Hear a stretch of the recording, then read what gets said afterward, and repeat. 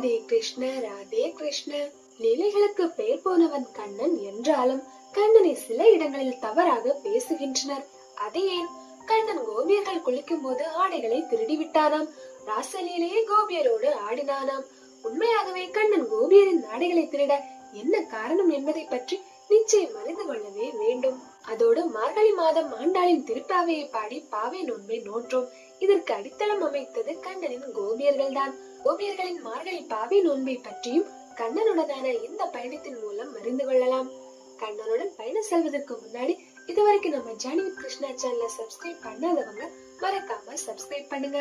வாங்க கண்ணனுடன் பயணம் செல்வோம். கோபியர்களுக்கு கண்ணனே தான் எல்லாம். எல்லாம் வல்ல அந்த கண்ணனை அடைய வேண்டும் என்று கோபியர்கள் குலதெய்வமான காத்தியாயனி தேவியை நோக்கி விரதம் இருக்கின்றனர். பார்வதி தேவியை தான் பிருந்தாவன மக்கள் காத்தியாயனி என்ற பெயரில் வழிபட்டனர். மார்கழி மாதத்தில் கன்னியர்களான கோபிகைகள் தேவிக்கு அளிக்கும் நைவேத்தியத்தை மட்டும் உண்டு பாவி நோன்பு என்ற விரதத்தை கடைபிடிக்கின்றனர். எப்படி கோபியரின் பாவி நோன்பு நடைபெற்றது?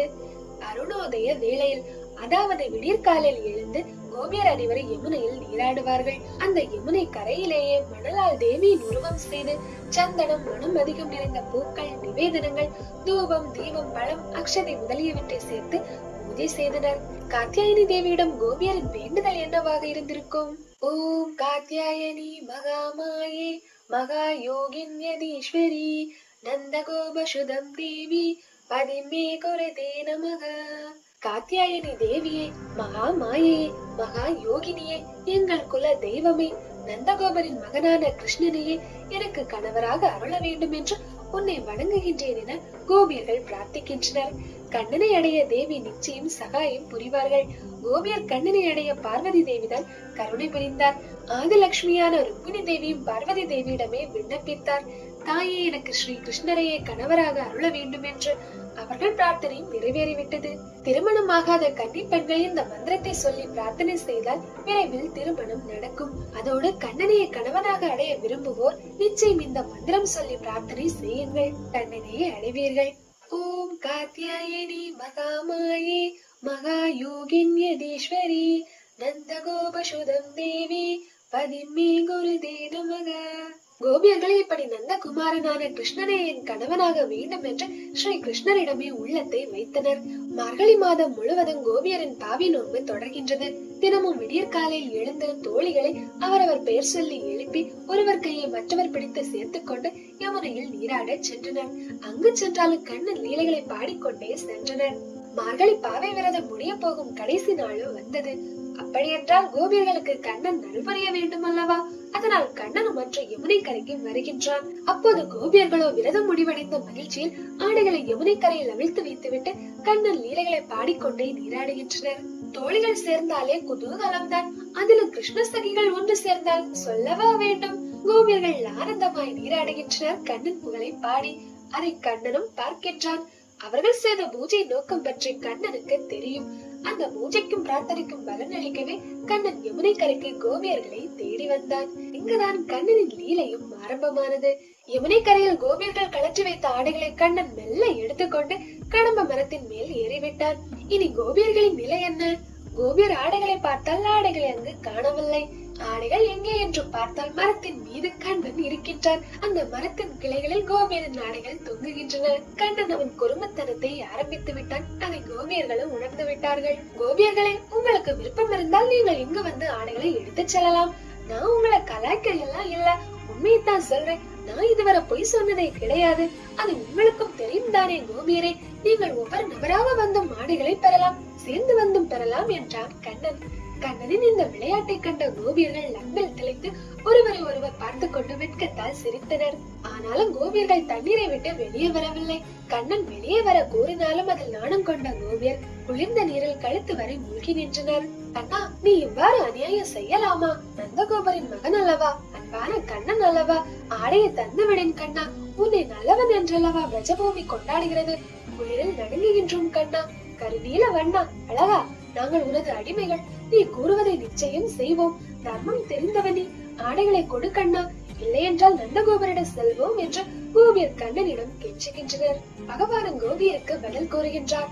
புன்னகையுடைய கோபியரே, நீங்கள் எனது அடிமை என்றால், நான் சொல்வதை செய்பவர்கள் என்றால் இங்கு வந்து ஆடைகளை பெற்றுக் கொள்ளுங்கள் என்றார். குளிரால் நடுங்கிய கோபியர் கைகளால் தங்கள் உடலை மறைத்துக் கொண்டு ஆற்றில் இருந்து வெளியேறினார்கள். கண்ணன் அருகிலும் சென்றார்கள். கோபியரின் தூய மனதால் ஆனந்தம் கொண்ட ஸ்ரீகிருஷ்ணர் கோபியரின் நாடைகளை தோளில் வைத்துக் கொண்டு அன்போடு சிரித்துக் கொண்டே பேச ஆரம்பித்தார். கோபியர்களே, விரதம் மேற்கொண்ட நீங்கள் ஆடை இல்லாமல் நீரில் மூழ்கியது தவறு. அது வருண தேவனை அவமதிப்பது போன்றதாகும். அந்த பாவம் நீங்க தலையால் அஞ்சலி செய்து வீழ்ந்து வணங்கி பின் நாடைகளை பெற்றுக் கொள்ளுங்கள் என்றான் கண்ணன். கண்ணனின் பேச்சை கேட்ட கோபியர்கள் ஆடை இல்லாமல் நீராடியதால் விரதத்திற்கு குறை நேர்ந்ததை உணர்ந்தார்கள். விரதம் குறை ஏதும் இல்லாமல் நிறைவேற அனைத்து செயல்களுக்கும் சாட்சியான ஸ்ரீ கிருஷ்ணரையே வணங்கினர். ஏனென்றால் தவறை துடைப்பதும் ஸ்ரீ கிருஷ்ணர் தானே. கோபியரின் நன்மை செயலில் மனமிறங்கி கண்ணன் ஆடைகளை கோபியரிடமே அளித்து விட்டான். பொம்மை போன்று ஆட்டி வைக்கப்பட்டு ஆடைகளும் பறிக்கப்பட்டு கேலிக்குள்ளான போதிலும் கோபியர்கள் கண்ணனிடம் குற்றம் காணவில்லை. மாறாக கிருஷ்ணரின் நன்மையை பெற்றனர். கோபியரை ஆடைகளை உடுத்திக் கொண்டு கண்ணனிடமே மனதை பறிகொடுத்து அசையாமல் நின்றனர். வெறும் கயிற்றுக்கு கட்டுப்பட்டவன் அன்பு கயிற்றுக்கு கட்டுப்பட மாட்டானா என்ன? கண்ணனும் கூறுகின்றான், என் அன்புக்குரிய கோபியரே, என்னை வழிபடுவதே உங்கள் நோக்கம் என்பதையும் என்னை கணவனாக அடையவே காத்தியாயினி விரதத்தை மேற்கொண்டீர்கள் என்பதையும் நான் நன்கு அறிவேன்.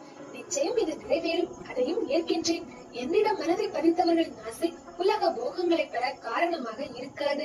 அதாவது கண்ணனிடம் கொண்ட அன்பு கண்ணனிலேயே இருக்கும். கோபியரே, உங்கள் விருப்பங்கள் நிறைவேறும்.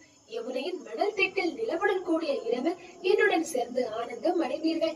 இதற்காகத்தானே தேவியின் விரதத்தை செய்தீர்கள். நல்ல பெண்கள் அல்லவா, இனி வீட்டிற்கு செல்லுங்கள் என்று கண்ணனும் கோபியர்களிடம் கூறுகின்றார். கோபியருக்கு தங்கள் விரதம் இருந்ததின் பலனும் கிடைத்துவிட்டது.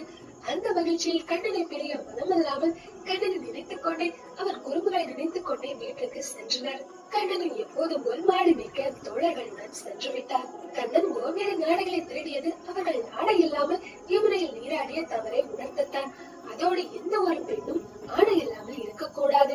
கந்தர்வர்கள் எங்கு வேண்டுமானாலும் இருப்பார்கள். இது சாஸ்திரத்தில் சொல்லப்பட்டுள்ள கூற்று. அதை கோபியர்கள் மறந்ததால் தான் கண்ணன் இந்த லீலை செய்து கோபியருக்கு நினைவூட்டினான். இந்த லீலையின் மூலம் இந்த உடல்தான் நான் என்ற அகங்காரமும் இல்லாமல் போனது கோபியர்களுக்கு. பரமாத்மாவிடம் அனைவரும் சமம்தான். அவருக்கு அனைத்தும் ஒன்றே. அதுவும் கண்ணன் இந்த வஸ்திர லீலை செய்யும் போது பாலகன் பொழுதாக 7 வயது கூட ஆகவில்லை. கோபியரின் மதுரபாவனை புரியாவிட்டால் கிருஷ்ணரின் லீலைகளை பற்றி பேச எவருக்கும் உரிமை இல்லை. இன்னும் ஸ்ரீ கிருஷ்ணர் ஆடைகளை தேடியவன் என்று குற்றம் சாட்டினால் உங்கள் மனதின் எண்ணங்கள் தான் சரியில்லாமல் இருக்கும். பகுத்தறிவு என்று எதை வேண்டுமானாலும் பேசுவார்கள் மூலக்கூட்டம்.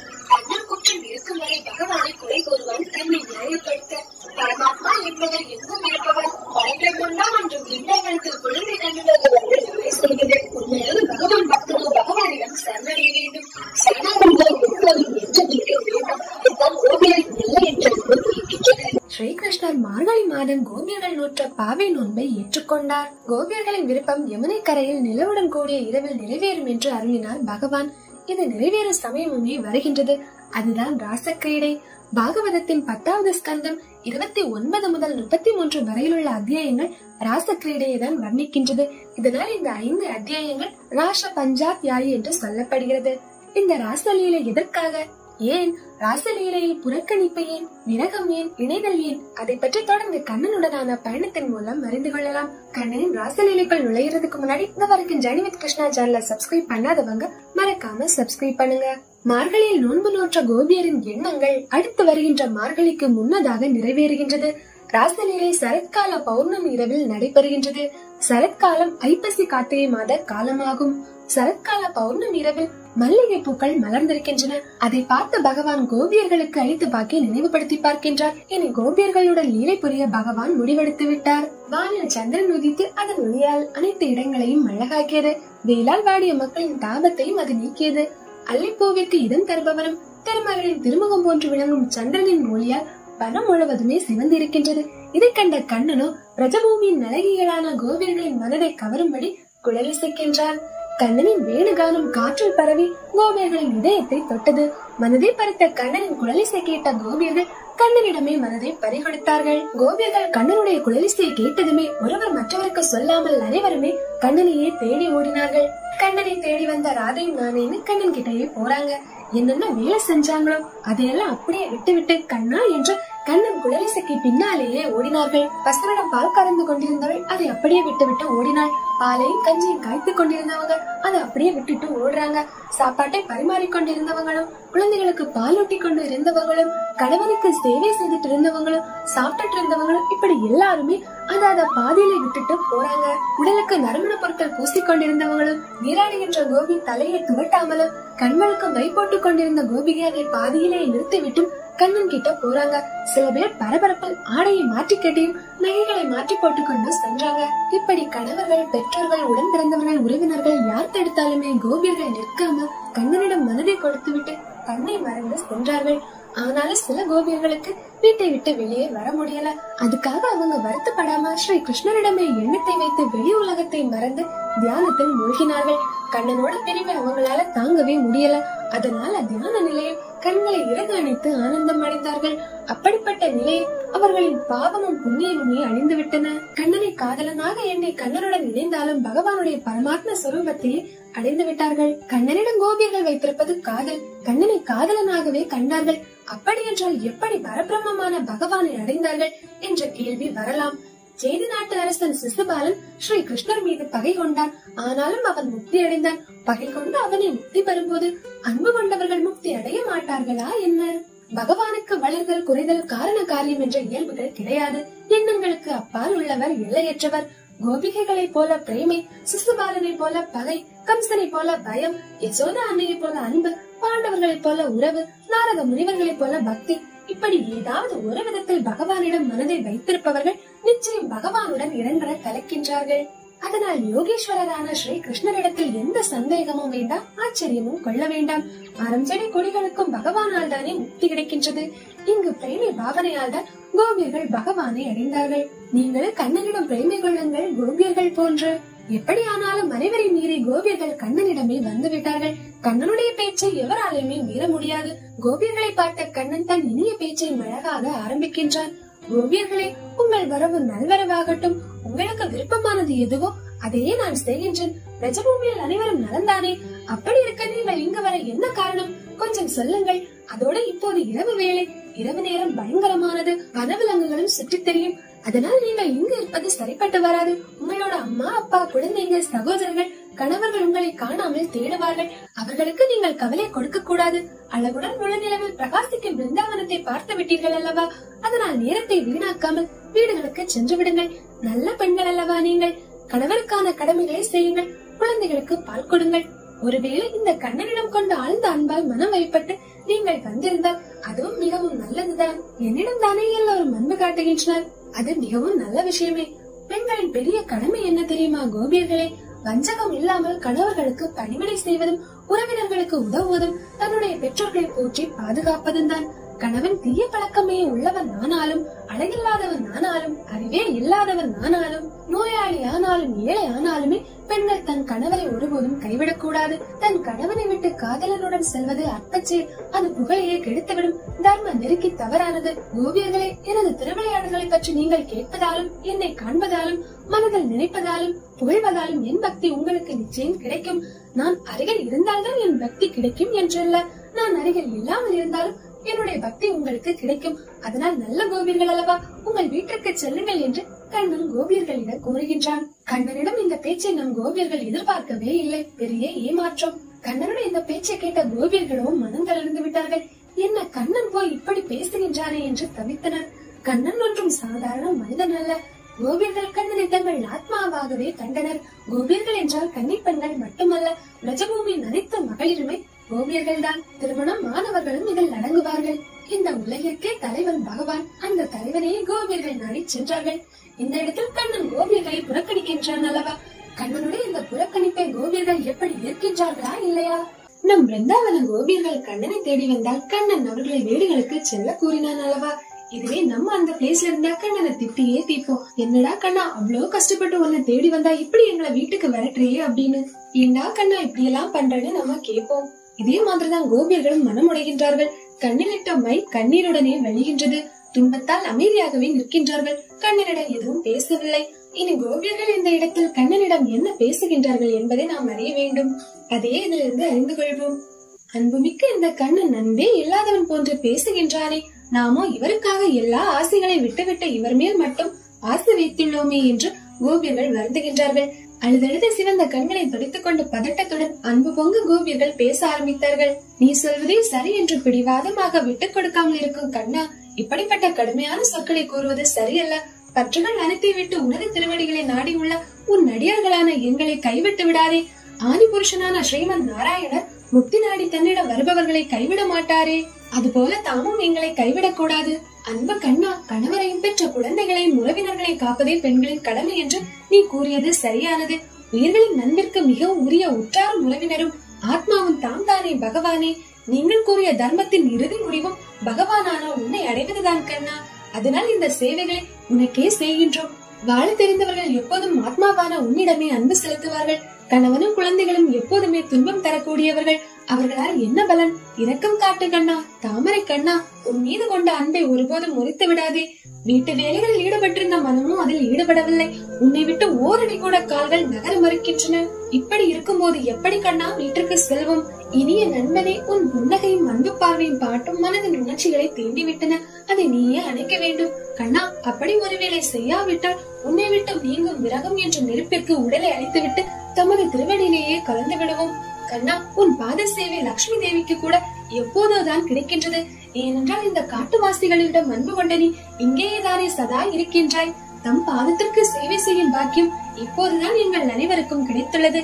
இந்த ஆனந்தத்தை விட்டுவிட்டு எப்படி கண்ணா வேறு ஒருவருக்கு நாங்கள் சேவை செய்வோம்? லட்சுமி தேவியின் பார்வையை பெற தேவர்களே தவம் கிடைக்கின்றனர். ஆனால் அந்த லட்சுமி தேவி உன் மார்பில் இடம்பெற்ற பின்னரும் உனது திருவடிகளை துளசி தேவியிடம் பெற விரும்புகின்றாள். அதுபோலத்தான் நாங்களும் உன் திருவடி துளசியை அடைய வந்துள்ளோம். அந்த பாக்கியத்தை நீதான் தர வேண்டும். நாங்கள் உனக்கே அடிமையாகிவிட்டோம் கண்ணா. உன்னை கண்டு பசுக்களும் பறவைகளும் மரங்களும் விலங்குகளுமே சந்தோஷம் அடைகின்றன. அப்படி இருக்கும்போது உன் அழகான திருமேனியை பார்த்தும் உன் வேணுகானத்தை கேட்டும் எந்த பெண் தான் மயங்காமல் இருப்பாள்? உன்னை கண்டு யார்தான் உலகின் எல்லைகளை மீறாமல் இருப்பார்கள்? நாங்கள் என்ன விதிவிலக்கா கண்ணா? ஒவ்வொரு துன்பத்திலும் நீயே எங்களை காப்பாய். பிருந்தாவன மக்களின் பயத்தை நீக்க அவதாரம் செய்தாய். உன் அடிமையாகிய எங்களின் தலையிலும் மார்பிலும் உன் கையை வைத்து விரக தாபத்தை போக்கி காத்தருள வேண்டும் என்று கோபியர்கள் பகவானிடம் தன்னை மறந்து வேண்டுகின்றார்கள். இப்படி கோபியர்களின் வேதனை நிறைந்த சொல்லை கேட்டு பகவானின் உள்ளமோ கருணையால் இரக்கம் கொண்டது. ரொம்பவே அளவச்சா கோபியர்கள் பாவம் இல்ல. அதனால கண்ணனை சிரிக்க ஆரம்பிச்சிட்டான். சிரித்துக்கொண்டே அச்சனன் கோபியர்களை தேற்றி ராசலீலையே ஆரம்பிக்கின்றான். இதுவரைக்கும் அழுது வெடித்துக் கொண்டிருந்த கோபியர்களின் முகங்கள் கண்ணனுடைய திருக்கண் பார்வையாலேயே அளவுடன் பொலிவாக விளங்கியது. கண்ணனின் முகமும் புன்சிரிப்புடன் முல்லை போன்ற பற்கள் வெளியே தெரிய அழகாக தோன்றியது.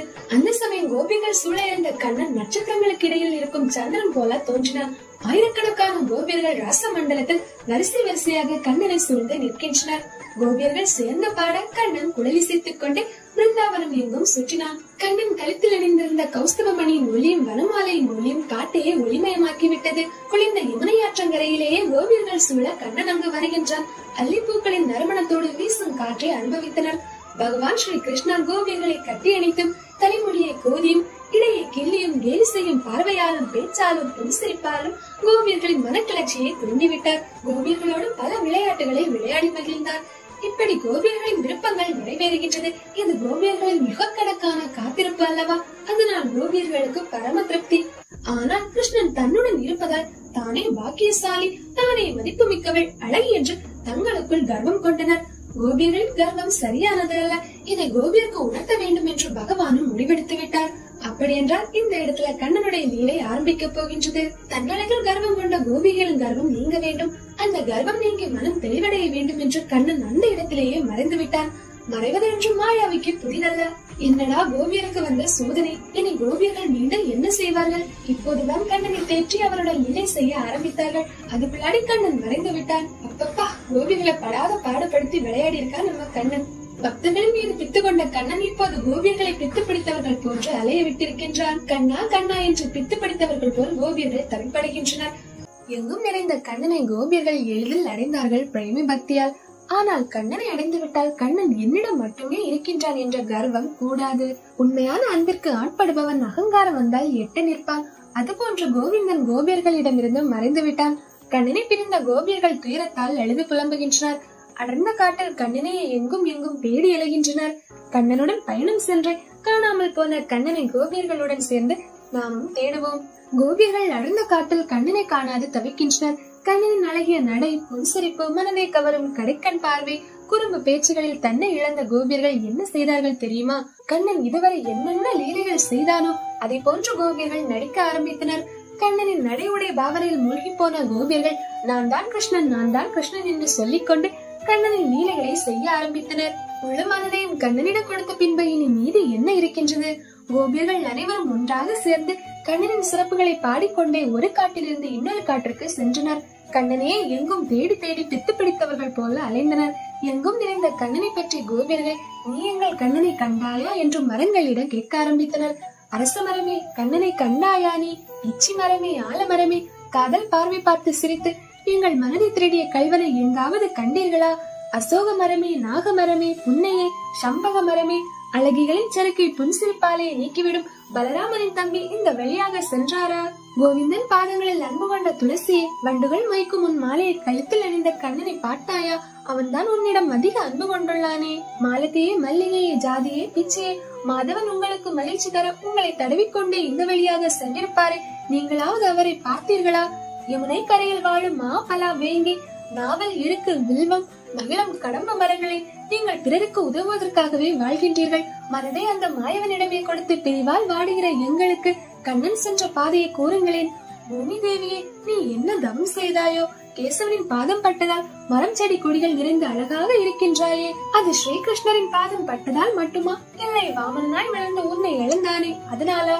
இல்லை வராகமாக வந்தபோது நீ அவரை அணைத்துக் கொண்டாயே அதனாலா? என்று இப்படி கேட்டு கோபியர்கள் துன்பக்கடலிலேயே மீண்டும் மீண்டும் ஆழ்கின்றனர். இனி பெண்மானிடம் சென்று கேட்கின்றனர். கண்ணன் தன் அன்புக்குரிய கோபியோடு இணைந்து இவ்வழியாக சென்றாரா? அவர் கழுத்தில் அணிந்திருந்த மாலின் மீது காதலின் குங்குமம் ஒட்டிக்கொண்ட மனம் பரவுகின்றதே. மரங்களே, கண்ணன் தன் காதலின் தோள் மீது கை போட்டுக் கொண்டு ஒரு கையில் தாமரை பூவை வைத்துக் கொண்டு இந்த வழியாக சென்றானா? பலராமனின் தம்பி இந்த வழியாக சென்றிருக்கிறாரா? அவரின் துளசி மாலையை மொய்த்த வண்டுகள் மதம் பிடித்து அவரையே பின்தொடர்ந்து சென்று விட்டன. அப்படிதானே உங்களையும் அந்த கண்ணன் பாராட்டி இருப்பான் அல்லவா? தோழியே, இந்த கொடிகளை மரங்கள் அவைகளுடைய கிளைகளால் அணைத்துள்ளன. அதனால் புல்லரித்து போய் நிற்கின்றன. ஒருவேளை கண்ணன் கையில் உள்ள விரல் நகங்கள் பட்டிருக்குமோ? நாம் கேட்டுத்தான் பார்ப்போமே. என்ன பாக்கியம் செய்ததோ இந்த கொடிகள் என்று பித்து பிடித்து புலம்புகின்றனர் கோபியர்கள். கண்ணனை தேடுவதில் பரபரப்படைந்து ஸ்ரீ கிருஷ்ணராகவே மாறிவிட்டார்கள். திரும்பவும் ஸ்ரீ கிருஷ்ணனுடைய லீலைகளையே செய்ய ஆரம்பித்தார்கள். ஒருத்தை போதனையாக மாற இன்னொரு கோபி கண்ணனாக அவள் திருமலை பாலை குடித்தாள். குழந்தை கண்ணன் போன்று நடித்து அழுபவள் சகடாசுரன் போல் நடித்தவளை தன் காலால் எட்டி உதைத்தாள். திருநாவர்த்தனாக நடித்த ஒருத்தி ஸ்ரீ கிருஷ்ணர் போன்ற குழந்தையாக உட்கார்ந்திருந்தவளை தூக்கி சென்று விட்டாள். இன்னொரு கோபி கால் சலங்கி ஒலிக்க முழங்காலிட்டு தவிர்ந்து சென்றாள்.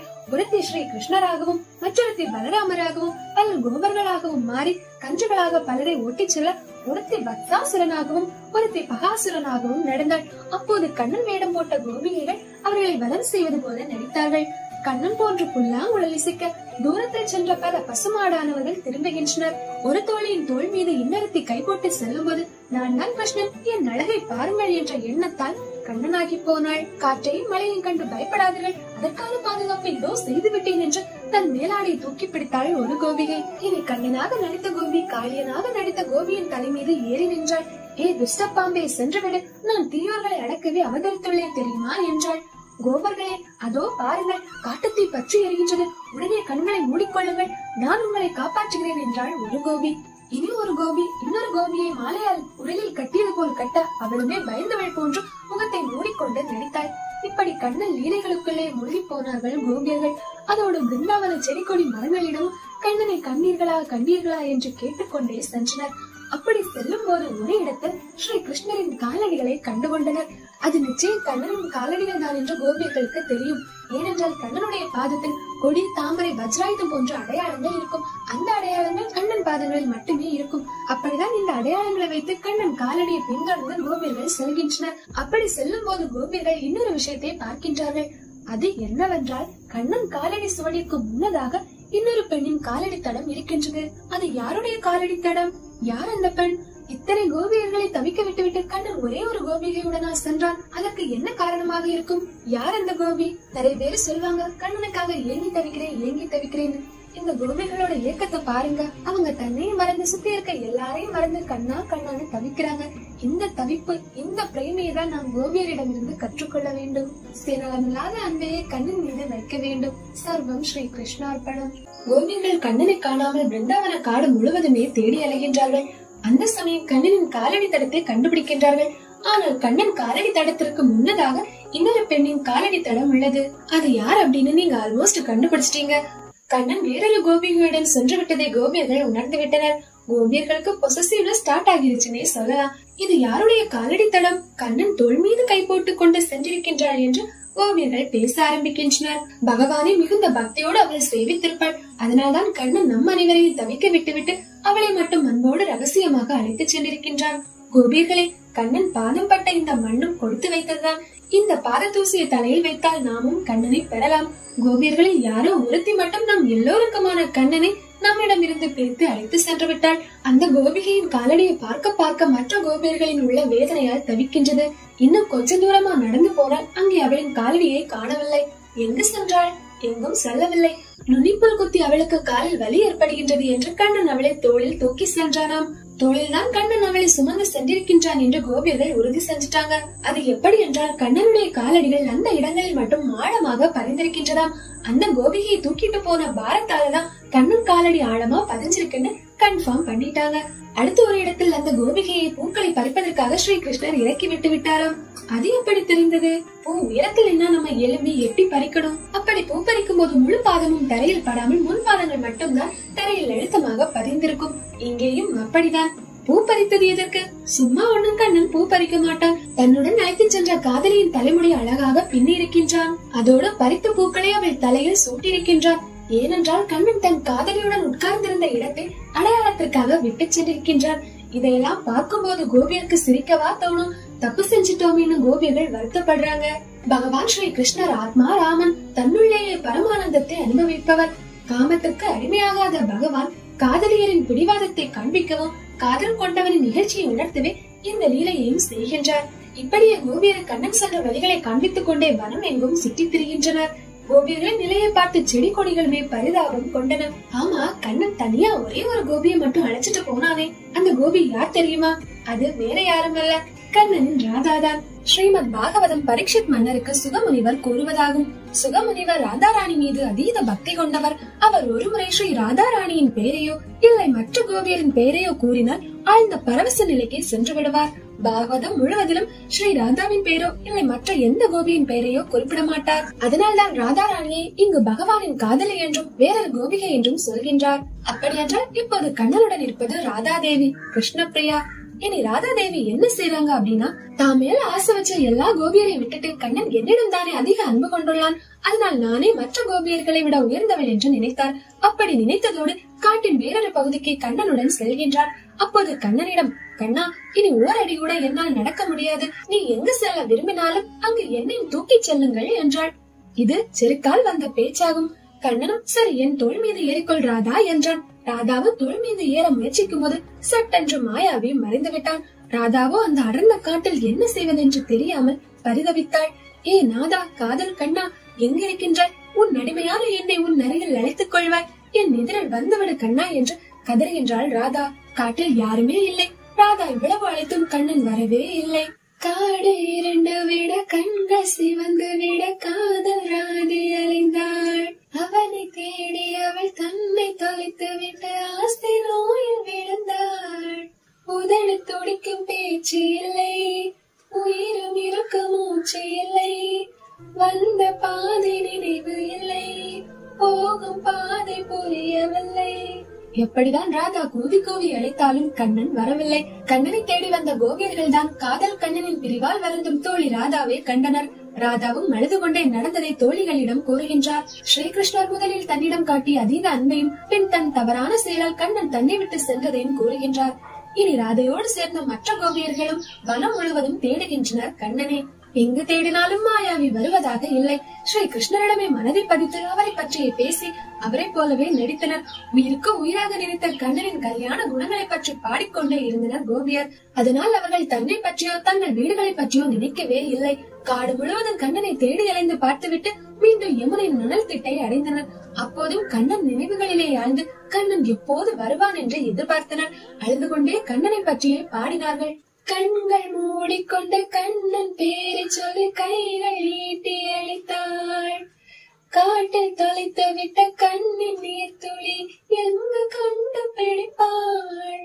ராதே மனதில் பாட்டோட அர்த்தம் புரியாதவங்களுக்கு கண்டிப்பா இன்னைக்கு இந்த ஸ்டோரியை கேட்டதும் புரிஞ்சிருக்கும். இனி கண்ணா நீ எங்க இருக்கேன்னு உருகி உருகி அழுறாங்க. அதுதான் பாகவதத்தில் கோபிகா கீதமாக இடம்பெற்றுள்ளது. கண்ணா கண்ணா என்ற நடுக்காட்டில் நள்ளிரவில் கோபியர்கள் அலைந்து திரிந்தார்கள்.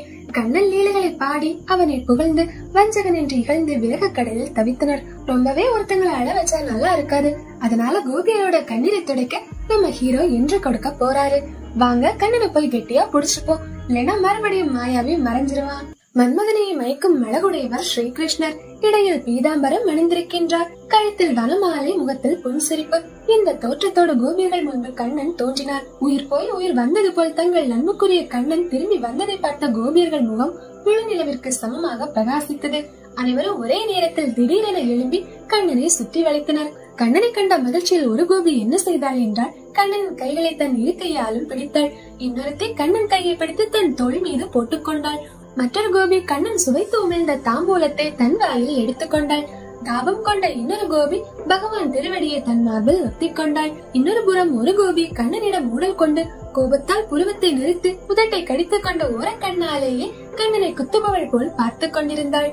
இன்னொரு கோபி கண்ணிமைக்காமல் கண்ணன் பூமுகத்தை சுவைப்பவள் போல பார்த்து கொண்டிருந்தாள். ஒருத்தி கண்வழியே கண்ணனை இதயத்தினுள் நிறுத்தி கண்களை மூடி கண்ணனை அணைத்தாள். யோகி போன்ற அவள் ஆனந்தத்தில் மூழ்கிவிட்டாள். இப்படி கண்ணனை கண்ட கோபியர்கள் மகிழ்ச்சி அடைந்து விரகதாபத்தை விட்டனர். துன்பங்கள் அனுபவித்த பிறகே பேரின்பம் கிடைக்கின்றது. இந்த நேரத்தில் கோபியர்கள் கண்ணனை பார்த்து பார்த்து பரவசம் அடைகின்றனர். இனிமே கண்ணனை கோபியர் தனியா விடுவாங்களா? கண்டிப்பா தனியா போக விட மாட்டாங்க. கண்ணா நீ எங்க போனாலும் நாங்க உன் கூட தான் வருவோம்னு கண்ணனை கெட்டியா புடிச்சிட்டாங்க. கண்ணனும் வாங்க போகலாம்னு கோபியர் அழைச்சிட்டு யமுனையின் மணல் திட்டுக்கு போறாங்க. பூக்களின் வாசத்தை காற்று திருடிக்கொண்டு அனைவர் உள்ளத்தையும் குளிரச் செய்தது. கோபியரை யமுனை கரை மணலில் அவர்களுடைய மேலாடைகளை விரித்து கண்ணனுக்கு அழகான இருக்கை அமைத்தார்கள். யோகியர் இதயத்தை இருப்பிடமாக கொண்ட பகவான் கோபியர் அமைத்த இருக்கையில் அமர்ந்தார். கோபியர் நடுவே கண்ணன் அமர்ந்து கொண்டு புன்சிரிப்பாலும் கள்ளப்பார்வையாலும் கோபியரை மகிழ்ச்சியடைய செய்தான். கோபியர் கண்ணன் கையை பிடித்து பாராட்டிக்கிட்டே மெதுவா கோபத்தை காட்ட ஆரம்பிச்சாங்க. ஏ கண்ணா, எங்களுக்கு சில விஷயங்களை நீ இப்போ தெளிவுபடுத்தியே ஆகணும். இந்த உலகத்துல சில பேர் அன்போட பழகுறவங்க கிட்ட அன்போட பழகுறாங்க. சில பேர் அன்பு இல்லாதவங்க கிட்ட கூட அன்பா பழகுவாங்க. அன்போட பழகுனா கூட சில பேர் அன்பே இல்லாம தான் பழகுவாங்க. இன்னும் சில பேர் என்ன பண்றாங்கன்னா யார் கூட அவங்க பழகுறதே கிடையாது. ஏன் கண்ணா இப்படி இருக்காங்க? நீதான் எங்களுக்கு இத பத்தி தெளிவா புரிய வைக்கணும்னு கோபியர் கண்ணன் கிட்ட கேக்குறாங்க. கண்ணனும் இதற்கு பதில் தர்றான். சகிகளே, ஒருவருக்கொருவர் அன்போடு பழகினாலும் அதில் சுயநலம் இருக்கும். இது ஒரு விதமான கொடுக்கல் வாங்கல் முறைதான்.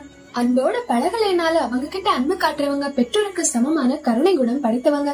அங்கு எதிர்பார்ப்பு இல்லாத நல்ல இதயம் தான் இருக்கின்றது. இனி தாங்கிட்ட அன்பா பழகுறவங்க கிட்டயே அன்பு காட்டாதவங்க எப்படி அன்பு இல்லாதவங்க கிட்ட அன்பு காட்டுவாங்க? இவர்கள் சில நேரம் செய் நன்றி மறந்தவர்களாகவும் தீமை செய்யக்கூடிய துரோகிகளாகவும் இருக்கலாம், அல்லது ஆத்மானந்தத்தில் மூழ்கியவர்களாகவும் இருக்கலாம். ஆனா இந்த கொஸ்டின்ஸ கோபியர்கள் ஏன் கேட்டாங்க தெரியுமா? இவ்வளவு அன்பு வைத்த அப்புறமும் ஏன் கண்ணன் அவங்கள விட்டுட்டு போனா அப்படிங்கறத போட்டுவாங்கதான். கண்ணன் கூட இருக்க கோபியர்களுக்கு அவனை போல பேச தெரியாம இருக்குமா என்ன? இதற்கு பதிலா கண்ணன் சொல்றான், கோபியரே, நான் இவர்கள் அனைவருக்குமே மாறுபட்டவன். என்னிடம் அன்பு கொண்டவர்கள், அன்புடன் பழகியவர்கள் என்னிடம் தொடர்ந்து அன்பு காட்ட வேண்டும் என்ற எண்ணத்தால் தான் நான் சற்று விலகி இருப்பேன். ஏழையா இருப்பவன் திடீரென வசதி வாய்ப்பை பெறுகின்றான். அதை அவன் இழந்து விட்டால் அதை பற்றிய நினைத்து நினைத்து வேறு சிந்தனை இல்லாமலேயே இருப்பான் அல்லவா? அதுபோலத்தான். அதாவது கண்ணன் என்ன சொல்ல வரான்னா, கோபியரை விட்டு கண்ணன் பிரிஞ்சு போனனால கண்ணா கண்ணன்னு அவங்கள மறந்து கண்ணனுக்குள் கண்ணன் ஆகி நின்றாங்க. இந்த பிரேமி பக்தியை வர வைக்கதான் கண்ணன் இந்த லீலையை செய்திருக்கிறான். கோபியர்கள் எந்த நன்மை தீமை பற்றிய சிந்திக்கவில்லை. தர்மம் மதமும் என்று எதையும் எண்ணவில்லை. அனைத்து கட்டுப்பாடுகளையும் புற்றார் உறவினர் அன்பையும் தியாகம் செய்தது கோபியர் உள்ளம். அப்படிப்பட்ட கோபியரின் எண்ணம் மாறாமல் கண்ணனை தொடரவே கண்ணன் மறைந்து சென்றான்.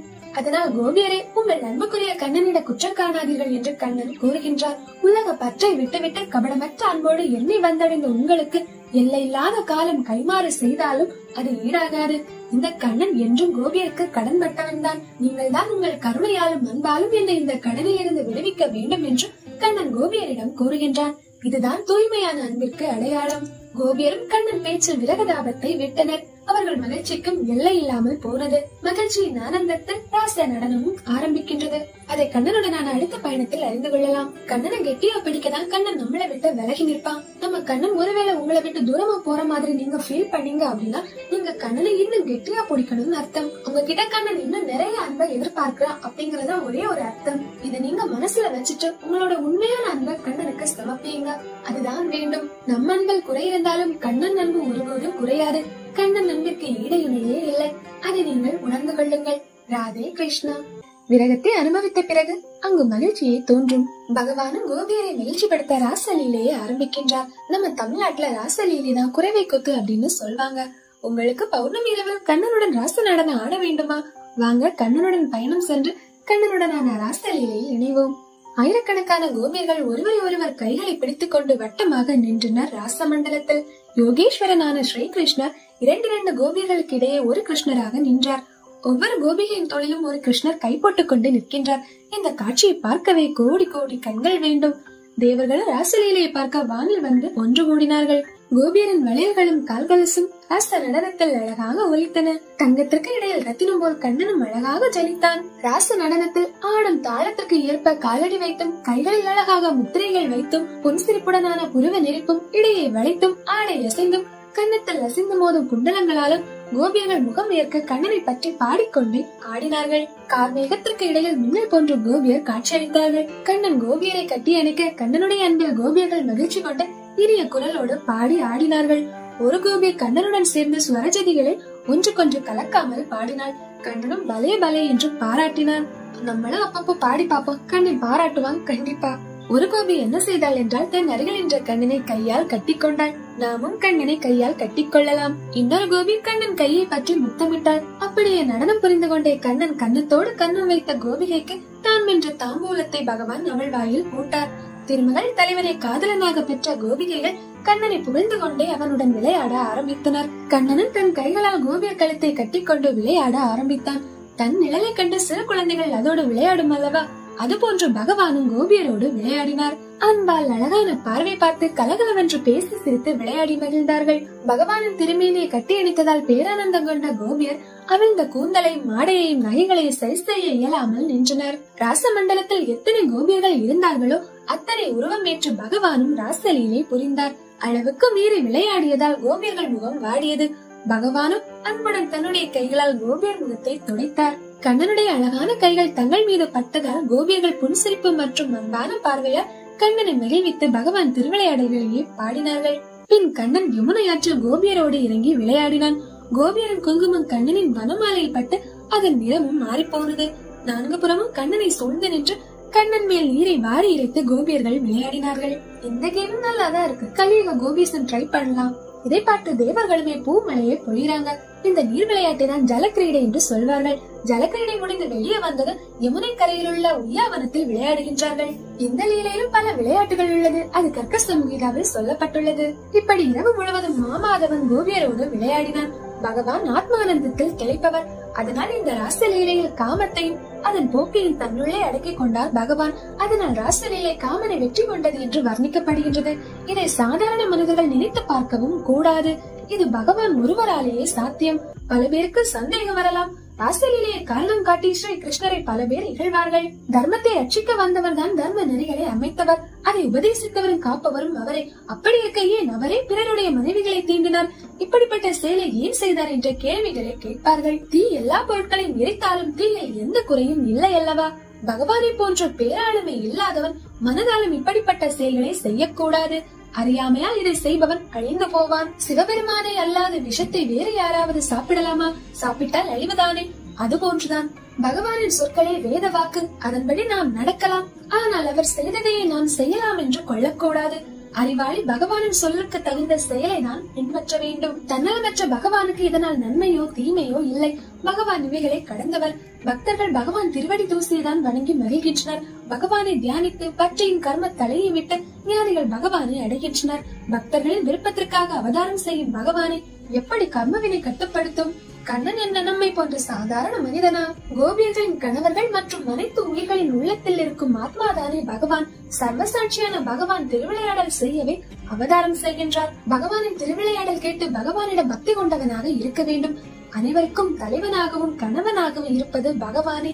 அதனால் கோபியர் செயல்களில் எந்த தவறும் இல்லை. ஸ்ரீ கிருஷ்ணனுடைய மாயையால் கோபியரின் கணவர்கள் அவர்களுடைய மனைவி அருகில் இருப்பதாகவே உணர்ந்தார்கள். அதாவது மாய கோபியர் அனைவரின் வீடுகளிலேயுமே இருந்திருக்கின்றனர். இதனால் கோபர்கள் பகவானிடம் எந்த குற்றத்தையும் காணவில்லை. பின் ராசலீலையை முடித்து விடியற் காலையில் கோபியர்கள் வீடுகளுக்கு திரும்புகின்றனர். கண்ணனை பிரிய மனம் இருக்குமா? கோபியருக்கு மனம் இல்லைதான். ஆனாலும் வீட்டுக்கு சென்றேதான் ஆக வேண்டும். கடமை முக்கியம் அல்லவா? கடமை செய்தால் தானே கண்ணனை அடைய முடியும். பகவானின் அருளாலேயே கோபியரின் யுகக்கணக்கான காத்திருப்பு நிறைவேறிவிட்டது.